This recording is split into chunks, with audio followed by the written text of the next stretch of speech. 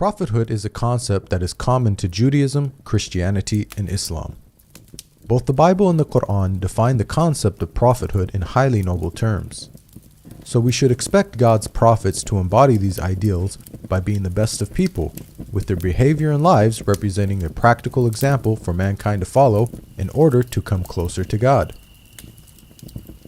When we look at the stories of the prophets in the Bible and the Qur'an, what we find, however, is that only one book represents the lives of the prophets in such a way that does justice to the noble concept of prophethood. The Bible tarnishes Aaron with the involvement in the worst of sins, idolatry.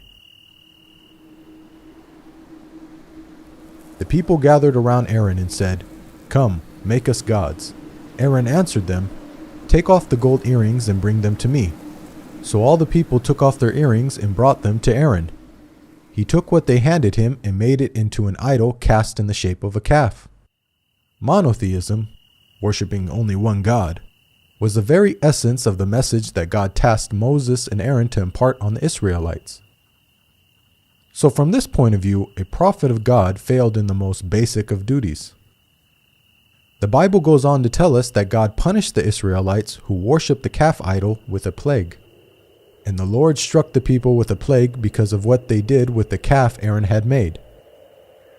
Aaron, however, was spared any such punishment, even though it is said that he was the individual that made the idol. Shouldn't prophets be more accountable than common people due to the greater knowledge that they possess and their higher positions of responsibility? By comparison, in the story that the Qur'an narrates, Aaron is free of the major sin of idolatry. It was in fact an individual called Samari who made the idol.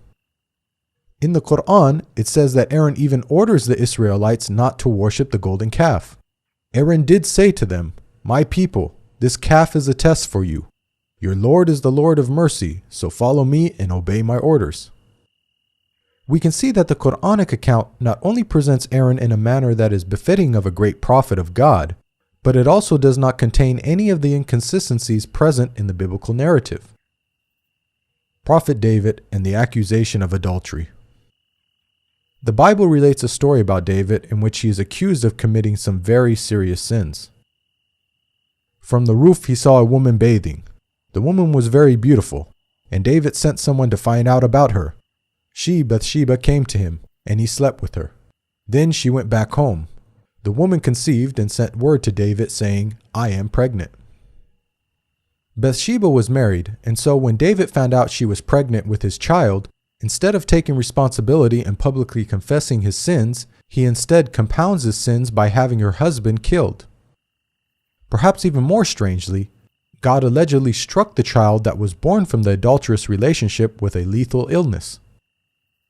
But because by doing this you have shown utter contempt for the Lord, the son born to you will die. This contradicts a basic principle of justice laid out in the Bible. Parents are not to be put to death for their children, nor children put to death for their parents. Each will die for their own sin.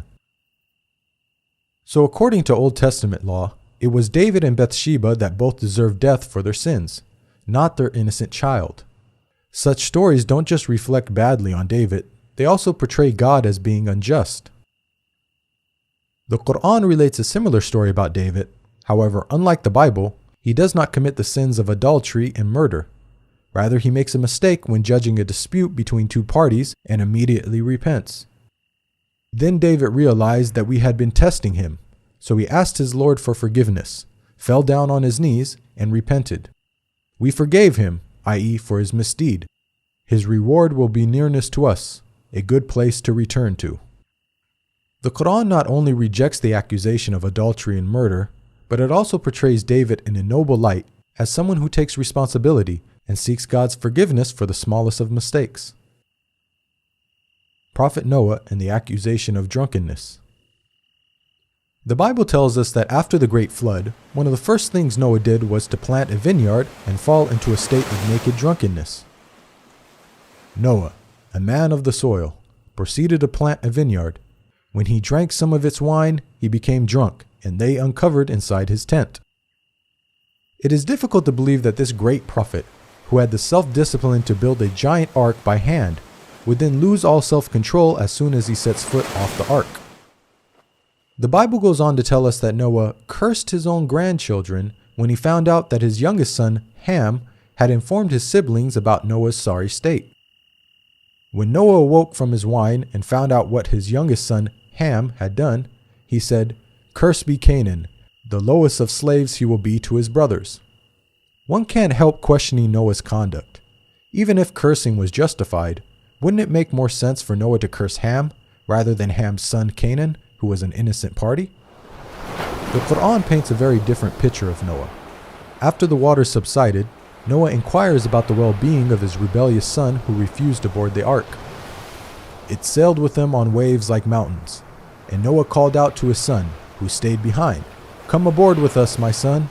Do not stay with the disbelievers." The waves cut them off from each other, and he was among the drowned. Noah called out to his Lord, saying, "My Lord, my son was one of my family, though your promise is true, and you are the most just of all judges." Again, notice the stark contrast with the biblical portrayal. Rather than getting into a naked, drunken state and cursing innocent family members, the Quran tells us that Noah, a great prophet and leader of men, but also a father, turned to God with sadness for his dead son. Job and his many alleged blasphemies. The story of Job in the Bible is one of a prophet being severely tested. The story begins with God highly praising Job for his righteousness. God says to Satan, "Have you considered my servant Job? There is no one on earth like him. He is blameless and upright, a man who fears God and shuns evil." Satan proceeds to challenge God, stating that the only reason Job is upright is because Job has a good life. Satan predicts that if God were to test Job properly, then Job would curse God. "But now stretch out your hand and strike his flesh and bones, and he will surely curse you to your face." God allows Satan to test Job, and once the trials commence, Job fails to remain patient, and even goes so far as to blaspheme against God numerous times. "Then know that God has wronged me and drawn his net around me. I am innocent, but God denies me justice. It profits a man nothing when he tries to please God." Now, the way the story unfolds is highly problematic. There is the issue of a prophet of God committing blasphemy, one of the worst sins imaginable. Also, the Bible is alluding to Satan knowing more than God in this instance by correctly predicting what would happen. Recall that God asserted that Job was a man who fears God and shuns evil. Satan challenged God by predicting that Job would blaspheme, and so Satan has proven God wrong. Can Satan, a limited and finite being, have more insight into Job than God, the creator and sustainer of the universe? The Quran resolves all these issues in just a few short verses. Job doesn't blaspheme against God. Rather, he blames Satan for his hardship. "Bring to mind our servant Job, who cried to his Lord, 'Satan has afflicted me with weariness and suffering.'" God compliments Job for his patience in the face of such trials. "We found him patient in adversity, an excellent servant. He too always turned to God." Job's righteous conduct in the Quran is exactly what we would expect of a prophet of God. Analysis of the stories of the prophets. Both the Bible and the Quran define the concept of prophethood in highly noble terms. After examining the stories of the prophets, we've seen that it's only the Qur'an that portrays the prophets in such a way that satisfies this ideal. By contrast, the Bible shows the prophets in an extremely negative light. It seems that no sin is too great for them to commit, yet the Bible states, "All scripture is inspired by God and is useful for teaching, rebuking, correcting, and training in righteousness." What morals can be derived from stories that are filled with prophets committing idolatry, murder, adultery, and blasphemy? Another issue with the Bible is that God states that his commandments are easy to follow. Now, what I'm commanding you today is not too difficult for you or beyond your reach. This message of encouragement was proclaimed to the whole of Israel, prophet and commoner alike. But how can the Israelites have been expected to keep the commandments when the prophets, those who were divinely handpicked and tasked with upholding and teaching the commandments, fail to keep even the most basic of God's laws. Does this not make a mockery of God? One of the names of the Qur'an is Al-Furqan, meaning the criterion between truth and falsehood. So the Qur'an not only confirms the scriptures that came before it, but it also corrects their distortions. We sent to you, Muhammad, the scripture with the truth, confirming the scriptures that came before it, and with final authority over them, so judge between them according to what God has sent down.